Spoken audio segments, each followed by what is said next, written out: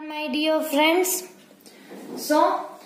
हम अपने अगले लेक्चर में क्या पढ़ रहे थे, किसके बारे में पढ़ रहे थे? हमने पढ़ा था the structure of the microsporangium. ठीक है। इस लेक्चर में हम क्या करने वाले हैं, आगे माइक्रोस्पोरेंजियम कैसे पोलन ग्रेन्स प्रोड्यूस करता है उसके बारे में पढ़ने वाले हैं। ठीक है। हमने आगे के लेक्चर में देखा था कि माइक्रोस्पोरेंजियम एक ऐसा स्ट्रक्चर है जिसमें outer side epidermis, then endothecium, then middle layers and tapetum present है और inner side sporogenous tissue present है। ठीक है। ये बातें हमने की थी। ये मैंने कब की बात बताई, जब एंथर यंग कंडीशन में है तब की। ठीक है। और हमने फिर क्या पढ़ा था कि जैसे जैसे एंथर मैच्योर होता है वैसे स्पोरोजीनियस टिश्यू फर्दर डिवाइड होती है bye the process of mitosis, that is equational division. And आगे जाके क्या फॉर्म करेगा, माइक्रोस्पोर मदर सेल्स। इतना आपको याद है ना बेटा, क्योंकि ये सारी जो चीजें पढ़ने से पहले वो सब कुछ आपको आना चाहिए। ठीक है, कि माइक्रोस्पोरेंजियम का स्ट्रक्चर कैसा है, वो किसमें से बना है, ठीक है, उसका रोल क्या है, कहाँ पे प्रेजेंट रहता है, एंथर के किस पोर्शन में माइक्रोस्पोरेंजियम है। इतना क्लियर है? ओके। फिर हमने पढ़ा था कि स्पोरोजीनियस टिश्यू है वो फर्दर डिफ्रेंशिएट होके माइक्रोस्पोर मदर सेल्स, और दूसरा नाम क्या था बेटा, पोलन मदर सेल, वो बनाता है। ठीक है। और फिर ये जो माइक्रोस्पोर मदर सेल्स है वो फर्दर मियोटिकली, कौन सी प्रोसेस, मियोसिस, ये भी मैंने आपको बोला था कि उसमें फर्दर मियोसिस वाली प्रोसेस होगी।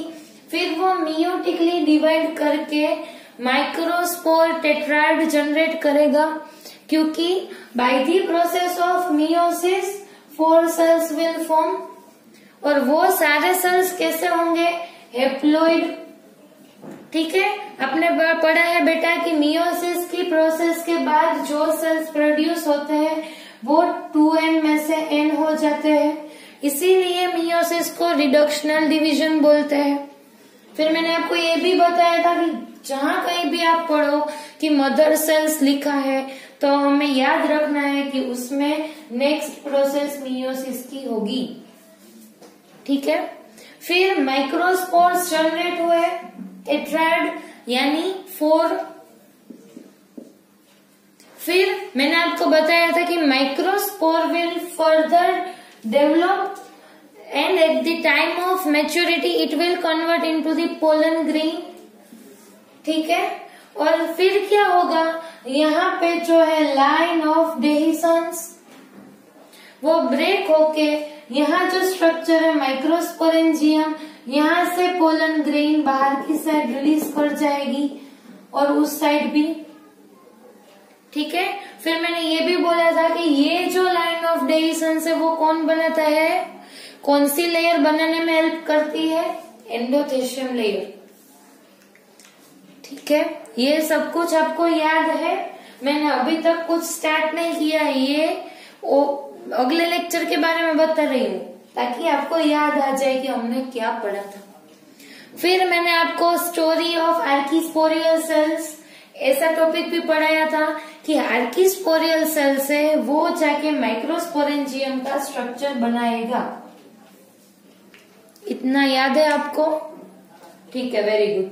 अभी हम क्या पढ़ेंगे कि ये जो पोलन ग्रेन जनरेट हुई, मैंने आपको बताया था कि एक प्रोसेस हमें लेके चलना है कि जूम करते जाओ। ठीक है। फिर हमने माइक्रोस्पोरेंजियम को जूम किया तो उसकी स्ट्रक्चर हमें दिखी कि ओ इसमें तो ऐसा है। ठीक है। फिर हमने क्या देखा कि ये कैसे माइक्रोस्पोर्स जनरेट कर रहा है, ये भी हमने देखा। फिर हमने क्या देखा कि माइक्रोस्पोर्स में से पोलन ग्रेन कैसे बनती है, अच्छा ये भी हमने देख लिया।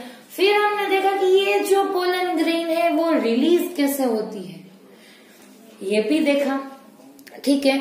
लेकिन हमें अभी इसमें जूम नहीं किया, कि पोलन ग्रेन का भैया स्ट्रक्चर कैसा है, पोलन ग्रेन जो है वो अंदर से कैसी है, उसके लेयर्स कौन कौन से है, इसके बारे में तो अभी हमने देखा ही नहीं। ठीक है, तो अभी हम इस लेक्चर में क्या करेंगे, जो पोलन ग्रेन्स जो है उसके स्ट्रक्चर के बारे में पढ़ेंगे। ठीक है, ओके। और एक टर्म आपको याद रखना है, that is male gametophyte. Okay, pollen grain को मेल गेमेटोफाइट बोलते हैं। सो द मेल गेमेटोफाइट का मीनिंग क्या है, किससे हम मेल गेमेटोफाइट बोल सकते हो, वो तो आपको मालूम होना चाहिए पहले। ऐसा स्ट्रक्चर जो फर्दर आगे जाके मेल गेमेट्स फॉर्म करे, उसे हम क्या बोलते हैं, मेल गेमेटोफाइट। ठीक है, यहाँ पे गेमेटोफाइट का मीनिंग है ऐसा स्ट्रक्चर जो आगे जाके गेमेट्स फॉर्म करने वाला है। ठीक है, पोलन ग्रेन से, इसीलिए हमने क्या लिखा है यहाँ पे, मेल गेमेटोफाइट, बिकॉज वो आगे जाके क्या करेगी, पोलन गेमेट्स फॉर्म करने में हेल्प करेगा। ठीक है, इतना क्लियर कि ये जो है वो मेल गेमेटोफाइट है, वो आगे जाके वो मेल गेमेट्स जनरेट करेंगे। अभी कैसे करेंगे, इसका स्ट्रक्चर कैसे बना है, वो अभी हम फटाक से पढ़ लेते हैं। ठीक है, ठीक है बेटा। तो अभी हम क्या पढ़ने वाले हैं, मैंने आपको बताया कि जूम कर लो, तो फिर हम क्या पढ़ेंगे, दी पोलन ग्रेन स्ट्रक्चर, कि पोलन ग्रेन कैसे मेल गेमेट्स फॉर्म करता है। ठीक है, मैंने आपको बताया कि पोलन ग्रेन मेल गेमेटोफाइट है, वो तो आपको मालूम हो गया। अभी ये जो पोलन ग्रेन है उनके स्ट्रक्चर में आप यहाँ पे देख सकते हो कि मैंने स्ट्रक्चर बनाया है यंग पोलन ग्रेन का। ये जो कंडीशन मैंने बनाई है जिसमें पोलन ग्रेन अभी मैच्योर नहीं हुआ है, यंग कंडीशन में है। अभी कहाँ पे है ये पोलन ग्रेन, आपको ये मालूम होना चाहिए कि माइक्रो स्पोरेंजियम के अंदर अभी लाइन ऑफ डेहिसंस में से निकला नहीं है, क्योंकि ये यंग है। एक बार मैच्योर हो जाए उसके बाद ही वो लाइन ऑफ डेहिसंस में से रिलीज होगा और एंथर के बाहर निकलेगा। ठीक है, अभी ये कहाँ प्रेजेंट है, अभी तो ये जनरेट हुआ है इसमें से माइक्रोस्पोर मदर सेल्स में से। इतना क्लियर। ठीक है, अभी हम इसके स्ट्रक्चर के बारे में पढ़ते हैं। सो आप देख सकते हो यहाँ पे कि ये जो पोलन ग्रेन है उसके सेंटर में एक न्यूक्लियस प्रेजेंट है, जो कि कैसी कंडीशन में है, हैप्लॉइड कंडीशन में, क्योंकि मियोसिस हुआ था। ठीक है, यहाँ पे साइटोप्लाज्म प्रेजेंट है। इतना क्लियर। अभी अगर हम इसका डायामीटर देखें तो वो कितना है, 25 to 30 माइक्रोमीटर। कितना, ये वेरी इंपॉर्टेंट, ये आपको याद रखना है कि 25 to 15 माइक्रोमीटर के बीच में इसका डायामीटर रहता है। इतना क्लियर हुआ। ठीक है, फिर हम इसकी जो ये वॉल है उसके बारे में पढ़ेंगे। तो यहाँ पे आप देख सकते हो कि 2 लेयर्ड वॉल प्रेजेंट है। ठीक है, ये 1 और सेकेंड 2 लेयर्स आपको दिख रही है ना अभी, कि देखो यहाँ पे ये 1 outer layer and this is inner layer. ठीक है, सो इसकी जो वॉल रहती है वो 2 लेयर्ड होती है, यानी कि 2 लेयर से बनी हुई है। इतना क्लियर हुआ, इसमें कोई डाउट तो नहीं है ना कि यहाँ पे न्यूक्लियस है that is in haploid condition, then cytoplasm. अगर हम वॉल का देखें तो 2 लेयर्ड वॉल प्रेजेंट है। ठीक है, और जो ये वॉल होती है किसी भी स्पोर की, उसके लिए एक टर्म है दैट इज स्पोरोडर्म। ये भी आपको याद रखना है, कई बार इस तरह से क्वेश्चन पूछ ले ये टर्म का यूज करके कि स्पोरोडर्म कैसा होता है बेटा, और ऐसा कुछ करके, तो भी आपको आना चाहिए। इतना क्लियर है। सो अभी हम इसकी वॉल के बारे में पढ़ेंगे कि 1 is outer wall and second is inner wall. ठीक है, सो जो ये आउटर वॉल रहती है उसे क्या बोलते हैं, एक्साइन।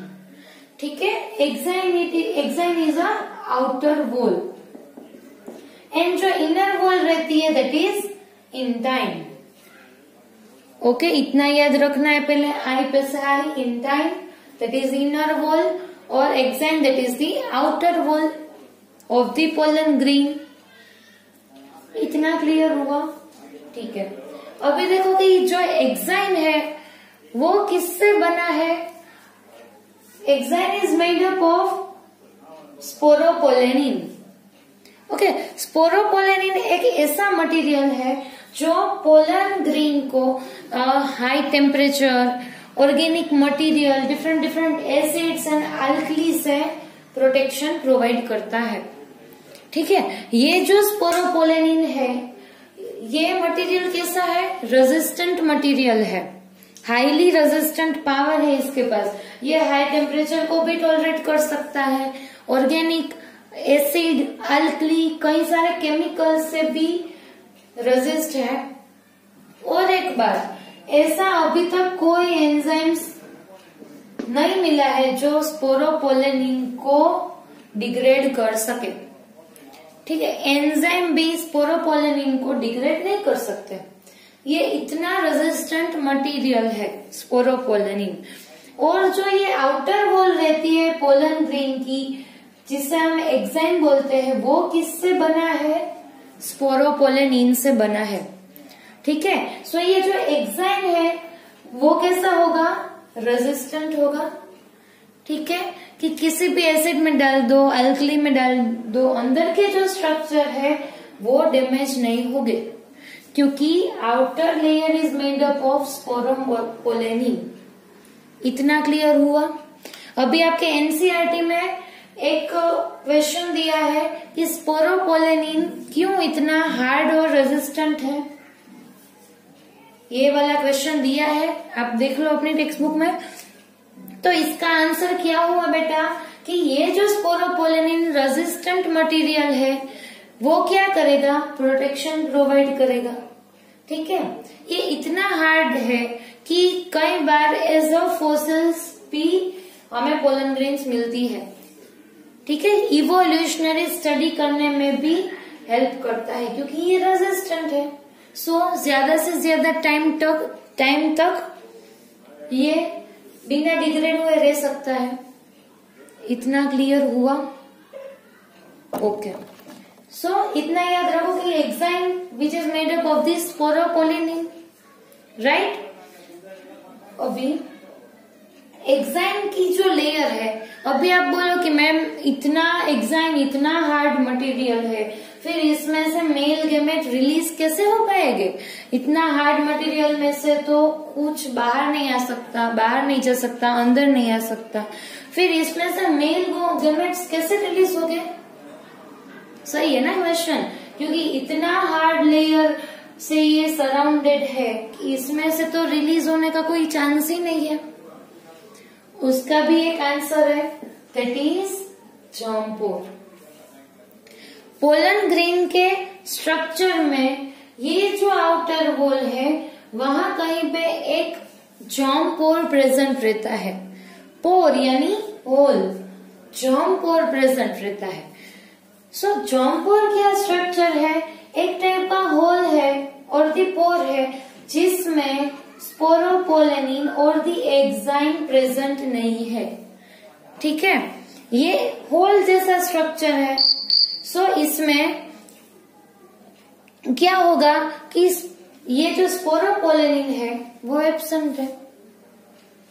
ठीक है, ये स्पोरोपोलेनिन एब्सेंट होने की वजह से यहां से pollen grain, pollen tube form हो सकती है। इतना समझ में आया? यहाँ जर्म पोर से पोलन ग्रेन फर्दर आगे जाके फॉर्म होगी। इतना आपको समझ में आ रहा है? ये पोलन ग्रेन है बेटा, ये आगे जाके स्टिग्मा की सरफेस पे स्टिक होगी, फिर यहाँ से पोलन ट्यूब फॉर्म होगी। सो यहाँ पे एक ऐसा स्ट्रक्चर है जर्म पोर जहां से ये पोलन ट्यूब फॉर्म हो सकती है। फिर इसमें से मेल गैमेट्स किसमें आ जाएंगे? पोलन ट्यूब में। इसीलिए ये जो पोर है इसमें एक्साइन एब्सेंट रहता है, क्योंकि प्रेजेंट होगा तो क्या होगा? कितना सिंपल है कि अगर ये एक्साइन कंटिन्यू होगा तो ऐसे पोलन ट्यूब फॉर्म ही नहीं हो पाएगी। मेल गैमेट इसमें से रिलीज कैसे करेंगे? आ रहा है समझ में? कितना इजी है कि यहाँ से मेल गैमेट रिलीज होने के लिए पोलन ट्यूब का फॉर्म होना जरूरी है, और इसकी वजह से ये जो एग्जाइन की लेयर है वो एक जगह पे नहीं होती, एब्सेंट होती है। उसको क्या बोलते हैं? जर्म पोर। इतना क्लियर हुआ आपको? ठीक है। सो ये पोलन ट्यूब जर्मिनेशन में हेल्प करेगा। ओके, अभी हम किसके बारे में पढ़ेंगे? ये जो इनर वॉल है उसके बारे में, दैट इज इंटाइन। मैंने अभी आपको बताया कि जो इनर वॉल रहती है उसे क्या बोलते हैं? इंटाइन। ओके, और ये किससे बनी है? Cellulose and pectin. जितना एक्साइन हार्ड है उतना ही इंटाइन कैसा रहता है? थीन रहता है। ठीक है, ये अंदर की जो वॉल है उसके बारे में हम बोल रहे हैं। ठीक है, सो जो ये इंटाइन है वो किससे बना है? Cellulose and pectin. ये भी आपको याद रखना है। ओके, और ये कैसा है बेटा? कंटिन्यूअस, क्योंकि ये तो थीन है। ठीक है, ये तो ब्रेक हो सकता है, एक्साइन ही ऐसा है कि वो ब्रेक नहीं हो सकता, क्योंकि वो किससे बना है? स्पोरोपोलेनिन से बना है। इतना क्लियर हुआ? सो ये जो सारा हमने पढ़ा वो क्या था? Structure of pollen grain. अभी हमने सिर्फ स्ट्रक्चर पढ़ा है, अभी हमें क्या पढ़ना है कि पोलन ग्रेन आगे जाके मेल गैमेट्स कैसे फॉर्म करती है, क्योंकि पोलन ग्रेन क्या है? मेल गैमेटोफाइट है। इसीलिए हमें ये भी पढ़ना है कि ये आगे जाके मेल गैमेट्स कैसे फॉर्म करेगी, बिकॉज ये मेल गैमेट्स यहाँ पे फॉर्म करेगी, वो आगे जाके फिर एक सेल के साथ फ्यूज होगा। ठीक है, और इसमें से क्या बनेगा? जाइगोट बनेगा। इतना क्लियर है? फिर से मैं एक बार रिवाइज करवा दूं आपको क्विकली कि इसकी जो आउटर वॉल रहती है that is exine, inner wall that is intine. Exine is made up of sporopollenin which is a resistant organic material. ठीक है, और इसमें एक जर्म पोर रहता है जहां पे एक्साइन एब्सेंट रहती है। ठीक है, और जर्म पोर का क्या फंक्शन है? जहां से पोलन ट्यूब जर्मिनेट होगा। Okay, very good. अभी जो इनर वॉल है उसमें क्या बोलते हैं? Intine which is made up of cellulose and pectin. Intine कैसा रहता है बेटा? थीन एंड कंटिन्यूअस। फिर यहाँ पे आ जाओ, इसका डायमीटर देख लो। फिर स्पोरोडर्म बोलते हैं, वो आपको याद रखना है। न्यूक्लियस कैसा है? हेप्लोइड है वो तो आपको याद ही है। ठीक है, और एक टर्म दैट इज पाइलोनोलॉजी। ठीक है, ये जो टर्म है पाइलोनोलॉजी, ये आपको पढ़ना है। इसका क्या मतलब है? Study of pollen grain. Pollen grain के बारे में जो स्टडी करते हैं उसको क्या बोलते हैं? पाइलोनोलॉजी। ठीक है, इतना क्लियर हुआ? फिर अभी हम क्या देखेंगे कि पोलन ग्रेन में से मेल गैमेट्स कैसे जनरेट होते हैं। ओके, चलो। सो बच्चों, अभी आप यहाँ पे देखो, हम क्या पढ़ने वाले हैं बेटा कि pollen grain that is the male gametophyte how produces the two male gametes. कैसे वो प्रोड्यूस करता है। ठीक है, वो वाली जो प्रोसेस है वो अभी पढ़ने वाले हैं। सो अभी आप देखो यहाँ पे यंग पोलन ग्रेन मैंने ड्रॉ किया है, आप देख सकते हो। ये वाला जो पोलन ग्रेन है that is in immature condition, अभी पूरी तरह से मेच्योर नहीं हुआ। ठीक है, ये समझ में आ रहा है? अभी हमने पहले वाले थोड़ी देर पहले भी देखा कि इसके स्ट्रक्चर के बारे में, एक्साइन एंड इंटाइन, वो वाला जो हमने देखा। सो अभी ये पोलन ग्रेन यंग है। इसका मतलब क्या है कि ये जो स्ट्रक्चर है माइक्रोस्पोरेंजियम, यहाँ पे अभी ये पोलन ग्रेन है। इतना क्लियर हुआ? अभी ये बाहर यहाँ से लाइन ऑफ डेहिसन से बाहर नहीं निकली है। ठीक है बेटा? सो ये जो यंग पोलन ग्रेन है जिसके पास एक न्यूक्लियस रहता है, फिर धीरे धीरे उसका ग्रोथ होने के कारण क्या होगा कि यहाँ पे वैक्यूल्स भी फॉर्म होगी। ठीक है, इसकी साइज भी इंक्रीज होने वाली है। ठीक है, ये जो यंग पोलन ग्रेन है अभी क्या करेगा? बड़ा हो जाएगा और उसकी साइज भी इंक्रीज होगी। ठीक है, और वैक्यूल्स भी, इस वैक्यूल्स के नंबर भी इंक्रीज हो गए। ठीक है, यहाँ पे आप देख सकते हो कि यंग पोलन ग्रेन ने थोड़ी सी अपनी साइज भी बढ़ा ली और वैक्यूल्स भी जनरेट हो गई। इतना क्लियर। अभी आप देखो कि ये जो वैक्यूल है वो भी बड़ी हो गई और यहाँ पे एसिमेट्रिक स्पिंडल जनरेट हुए। ठीक है, एसिमेट्रिक स्पिंडल किसमें इसका रोल क्या है वो आपको मुझे कमेंट बॉक्स में कमेंट करना है। एसिमेट्रिक स्पिंडल ये आपने कहीं पे पढ़ रखा है बेटा। ठीक है, इसका क्या रोल है वो आपको कमेंट बॉक्स में कमेंट करना है। ठीक है, ओके। अभी आप पढ़ो बेटा कि अभी नेक्स्ट प्रोसेस क्या होगी। ये जो पोलन ग्रेन है उसके अंदर जो न्यूक्लियस रहता है उस न्यूक्लियस को क्या बोलते हैं हम, इस न्यूक्लियस को बोलते हैं जनरेटिव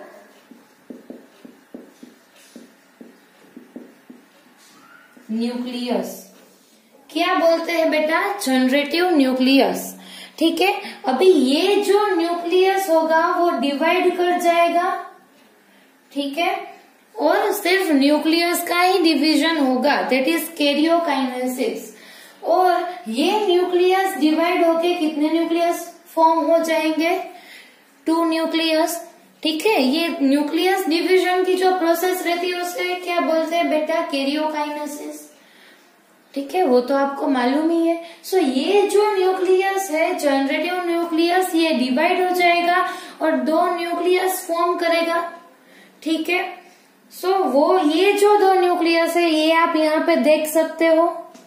ठीक है, ये देख सकते हो, ये फर्स्ट वाला न्यूक्लियस है, सेकेंड न्यूक्लियस।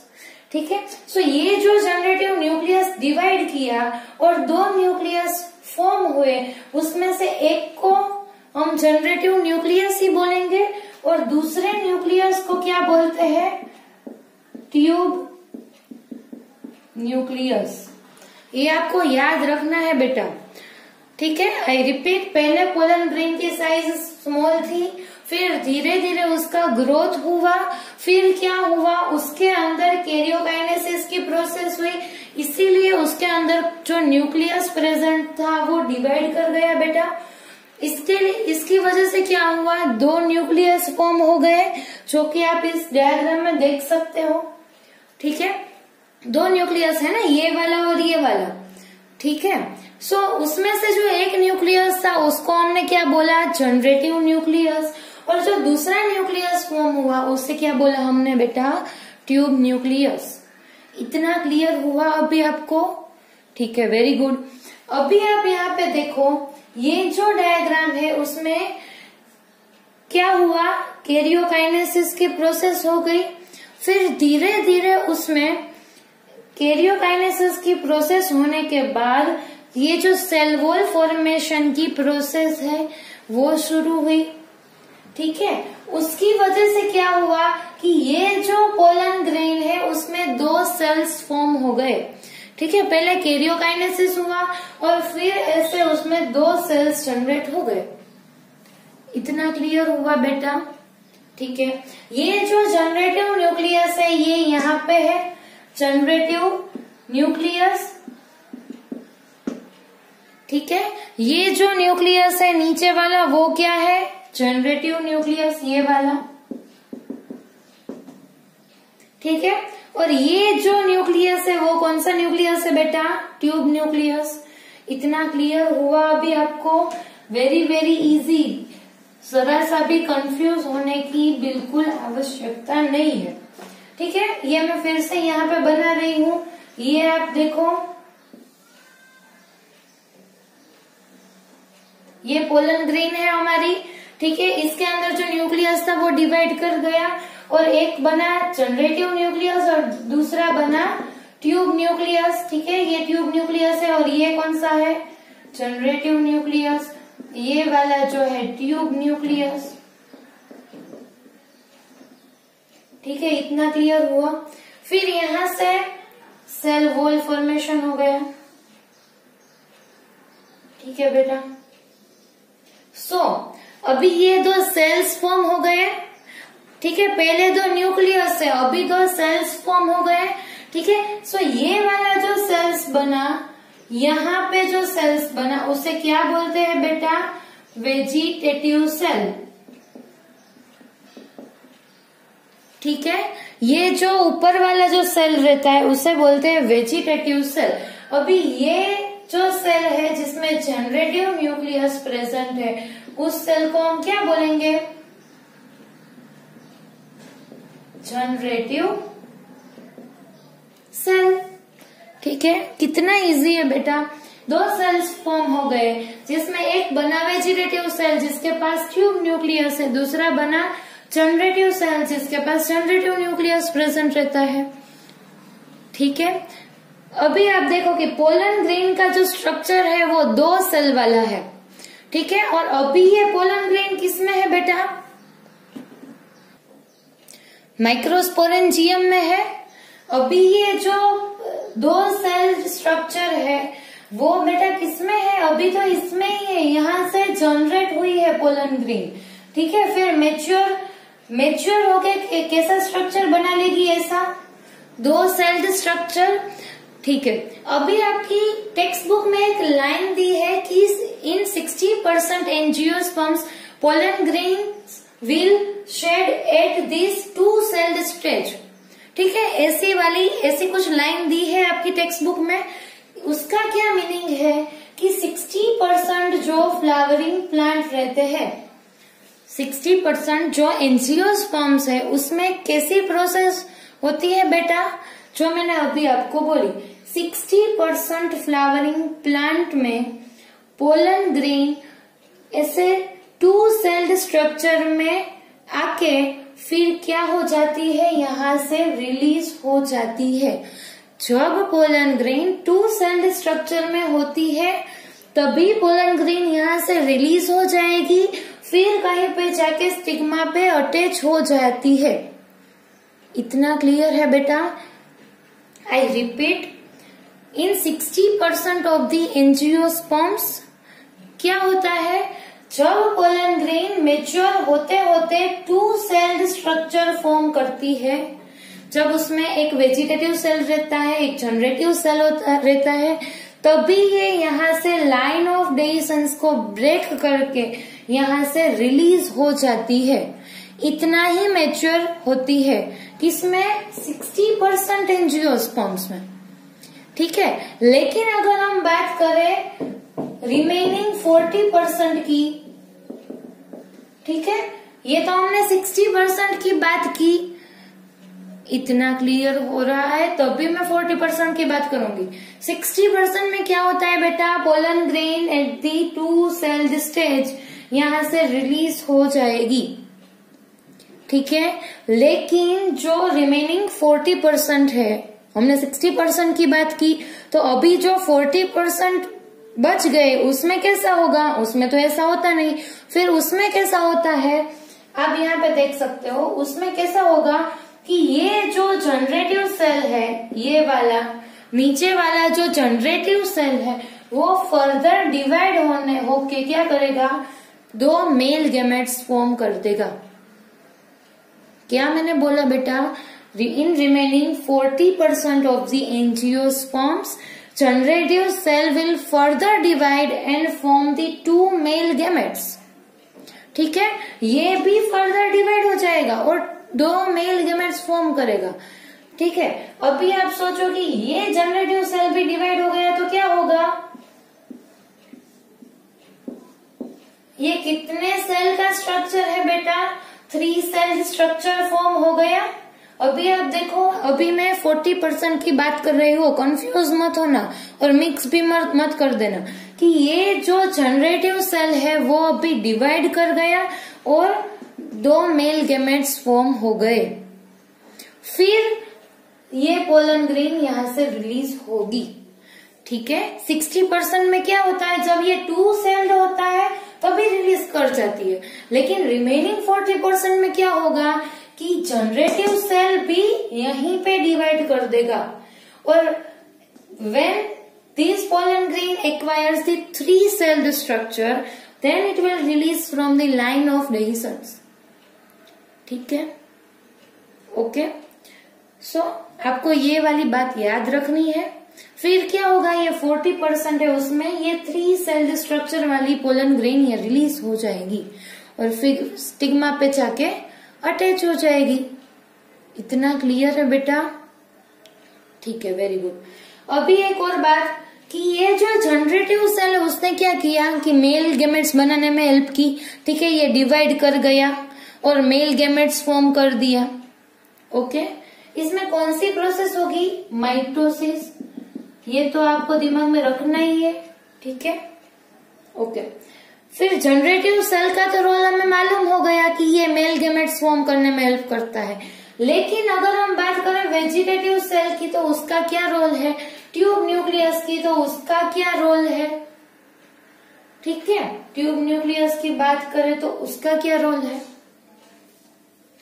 वेजिटेटिव सेल जो रहता है ये फूड स्टोर करता है। ठीक है, क्या करेगा? फूड स्टोर करेगा। और ये जो फूड है वो कैसे हेल्प करेगा? न्यूट्रिशन प्रोवाइड करके। Very easy. अभी आप जहां पे फूड देखो वो क्या करता होगा? न्यूट्रिशन ही प्रोवाइड करेगा। ठीक है, सो ये जो वेजिटेटिव सेल है वो फर्दर जाके यूज्ड अप हो जाएगा। ठीक है, इसको नरिशमेंट प्रोवाइड करेगा। इतना क्लियर हुआ? अभी आप बोलो कि ट्यूब न्यूक्लियस का रोल क्या है? उसके नाम पर से ही हमें आप आइडिया लगा सकते हो कि ट्यूब न्यूक्लियस का क्या रोल होता है। ट्यूब न्यूक्लियस जब पोलन ट्यूब फॉर्म होती है, ठीक है, जब ये पोलन ग्रेन जाके किसी स्टिग्मा पे अटैच हो जाएगी, फिर यहाँ से पोलन ट्यूब जनरेट होगी। जर्म पोर से, आपको याद है ना जर्म पोर क्या था? जहाँ पे एग्जाइम एब्सेंट रहता है वो वाला। ठीक है, वेरी गुड। सो जो ये पोलन ट्यूब फॉर्म हुई, अब ये ट्यूब न्यूक्लियस क्या करेगा? आगे ट्यूब न्यूक्लियस होगा, फिर उसके पीछे पीछे मेल गैमेट्स पास होंगे। ये ट्यूब न्यूक्लियस क्या करेगा? ये मेल गैमेट्स को गाइड करने में हेल्प करता है। ठीक है, ये जो ट्यूब न्यूक्लियस है मेल गैमेट्स को गाइड करेगा कि अभी उसको कहां से कहां तक पहुंचना है। ठीक है, सो ये मैंने आपको बता दिया ट्यूब न्यूक्लियस का रोल। ठीक है, अभी क्विकली एक बार रिवाइज कर लेते हैं। पोलन ग्रेन का स्ट्रक्चर आपको मालूम हो गया है, एक्साइन और इंटाइन वाला। ठीक है, फिर एक्साइन एब्सेंट कहाँ पे रहता है? जर्म पोर पे एब्सेंट रहता है, वो भी आपको मालूम है। इंटाइन किससे बनता है, एक्साइन किससे बनता है, वो सब आपको अभी आ गया है। ठीक है, फिर हमने क्या देखा कि पोलन ग्रेन जो मेल गैमेटोफाइट है वो मेल गैमेट्स कैसे प्रोड्यूस करेगा। सो उसकी हमने प्रोसेस देखी कि जो पोलन ग्रेन है दैट इज मेल गैमेटोफाइट, उसका जो न्यूक्लियस है वो डिवाइड कर जाएगा और फॉर्म करेगा generative nucleus and tube nucleus. फिर पोलन ग्रेन में सेल फॉर्मेशन होगी। सो उसकी वजह से पोलन ग्रेन के स्ट्रक्चर में 2 सेल्स बन गए, one is generative cell and second is vegetative cell. ठीक है, फिर जनरेटिव सेल उसका क्या फंक्शन हुआ? मेल गैमेट्स को फॉर्म करता है डिवाइड होके फर्दर, और वेजिटेटिव सेल फूड स्टोर करके रखता है। ठीक है, अभी ये जो स्ट्रक्चर पोलन ग्रेन ने एक्वायर किया 2 सेल्ड स्ट्रक्चर, ठीक है, सो ये 2 सेल्ड स्ट्रक्चर में जब पोलन ग्रेन आएगी फिर वो लाइन ऑफ डेविसन से वो ब्रेक करके रिलीज हो जाएगी। ठीक है, लेकिन ऐसा सिर्फ 60% में होता है। अदर 40% में क्या होगा कि जनरेटिव सेल पहले ही डिवाइड होके यहाँ पे ही होगा, तभी डिवाइड होके 3 सेल्ड स्ट्रक्चर फॉर्म करेगा। ठीक है, ओके, और फिर ये 3 सेल स्ट्रक्चर रिलीज होगा। इतना क्लियर हुआ? ओके, ये एक पॉइंट है बेटा जो कि आपको पढ़ना है, और ये मैंने पहले इसीलिए नहीं दिया आपको क्योंकि अगर आप इतना तो आप पढ़ ही रहे हो अभी बेटा कि पूरी की पूरी जो प्रोसेस है वो आपने पढ़ी, इसीलिए मैंने ये पॉइंट बीच में नहीं रखा, क्योंकि अगर मैं इसे बीच में रखती तो आप शायद कंफ्यूज हो जाओ कि इतना सा ये भी याद रखना है मैम हमें, इसीलिए मैंने ये पहले नहीं दिया, लेकिन आपको पढ़ना तो है। ठीक है, ये मैंने क्या लिखा है? Microspore tetrad. कुछ याद आ रहा है बेटा कि माइक्रोस्पोर टेट्राड क्या है? Very good. जब MMC that is microspore mother cell और पोलन मदर सेल डिवाइड करता है, तब वो जाके मियोसिस की प्रोसेस से 4 हैप्लॉइड सेल्स फॉर्म करते हैं, दैट इज माइक्रोस्पोर। याद है ना आपको, हमने पढ़ा था आगे वाली प्रोसेस में, सब कुछ हमने पढ़ रखा है। फिर माइक्रोस्पोर में से पोलन ग्रेन्स फॉर्म होती है, फिर हमने पोलन ग्रेन्स के स्ट्रक्चर के बारे में और वो कैसे मेल गैमेट्स फॉर्म करता है उसके बारे में अभी पढ़ लिया है। ठीक है बेटा, अभी ये जो पॉइंट है ये इम्पोर्टेंट है और आपको याद रखना है। इस पॉइंट में आप क्या पढ़ने वाले हो, ये आपको क्या दिख रहा है, स्ट्रक्चर ऑफ द माइक्रोस्पोर टेट्राइड। ठीक है, जो माइक्रोस्पोर टेट्राइड फॉर्म होते हैं जब एमएमसी डिवाइड करते हैं, जो कि माइक्रोस्पोर मदर सेल है, तो वो क्या करेगा, 4 माइक्रोस्पोर टेट्राइड फॉर्म करेंगे। ठीक है, कितने, 4। लेकिन ये जो माइक्रोस्पोर टेट्राइड है उसके कई सारे स्ट्रक्चर्स अवेलेबल है। ठीक है, कि ऐसा भी हो सकता है, ऐसा भी हो सकता है। सो ये जो स्ट्रक्चर्स है आपको याद रखने हैं। ठीक है बेटा, अभी आप देखो, ये जो पहला स्ट्रक्चर है दैट इज टेट्राहेड्रल। ठीक है, ये माइक्रोस्पोर्स की अरेंजमेंट के ऊपर से इसके नाम दिए हैं। ठीक है, सो इसमें आप देखोगे आपको 3 ही दिख रहा है माइक्रोस्पोर्स, तो चौथा कहाँ पे है? मैम आप भूल गई चौथा करने को, ऐसा नहीं है। जो 4th वाला है वो कहाँ पे है, इसके पीछे। ठीक है, 3 इस साइड है, अभी 3D में कैसे बनाओ, इसीलिए 3 इस साइड है, 1 2 3, और जो चौथा है लास्ट वाला वो कहाँ पे है, ऐसे बोर्ड के पीछे। ठीक है, सो ये जो है ऐसा स्ट्रक्चर हो तो उसे क्या बोलते हैं, टेट्राहेड्रल। ठीक है बेटा, फिर जो दूसरा स्ट्रक्चर है दैट इज टिक्यूसेट। ठीक है, उसमें कैसी अरेंजमेंट रहती है कि 2 जो माइक्रोस्पोर्स है वो दोनों ही साइड पॉइंट पे होंगे। ठीक है, वो लास्ट वाले जो पॉइंट है यहाँ पे रहेंगे और 2 कहाँ पे रहते हैं, बीच में। ठीक है, ऐसा स्ट्रक्चर हो तो उसे टिक्यूसेट बोलते हैं। Then linear. ठीक है, ये कैसा लग रहा है, अभी माइटोकॉन्ड्रिया जैसा लग रहा है।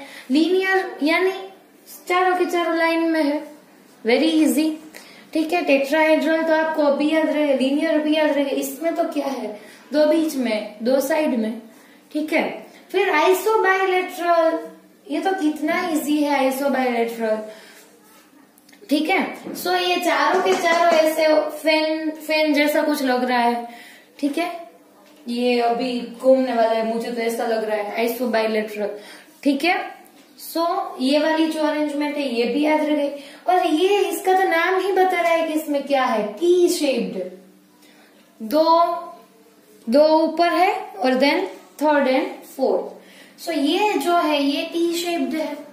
ठीक है, अभी क्या होगा, ऐसा माइक्रोस्पोर, इसमें से कोई भी माइक्रोस्पोर टेट्राइड बन जाते हैं। फिर ये जो माइक्रोस्पोर्स है ये फर्दर डेवलप होके क्या बना लेंगे, पोलन ग्रेन्स। ठीक है, okay, so it is also very easy, right. Okay बच्चों, आज का लेक्चर हम यहीं पे खत्म करते हैं। हमने पोलन ग्रेन ने कैसा मेल गैमेट्स फॉर्म किया वहां तक पढ़ लिया है बेटा। ठीक है, अभी आप इसके बारे में भी नोट्स बना लो। ठीक है, सो आपको पढ़ने में दिक्कत ना हो ज्यादा। ओके बच्चों, अगर आपको ये वीडियो अच्छा लगा तो लाइक करना मत भूलिएगा, और जितने भी क्वेश्चंस मैंने पूछे उसका आंसर आपको अगर आता हो तो कमेंट बॉक्स में लिखना ही लिखना है। ठीक है बेटा, okay, watching this video, thank you.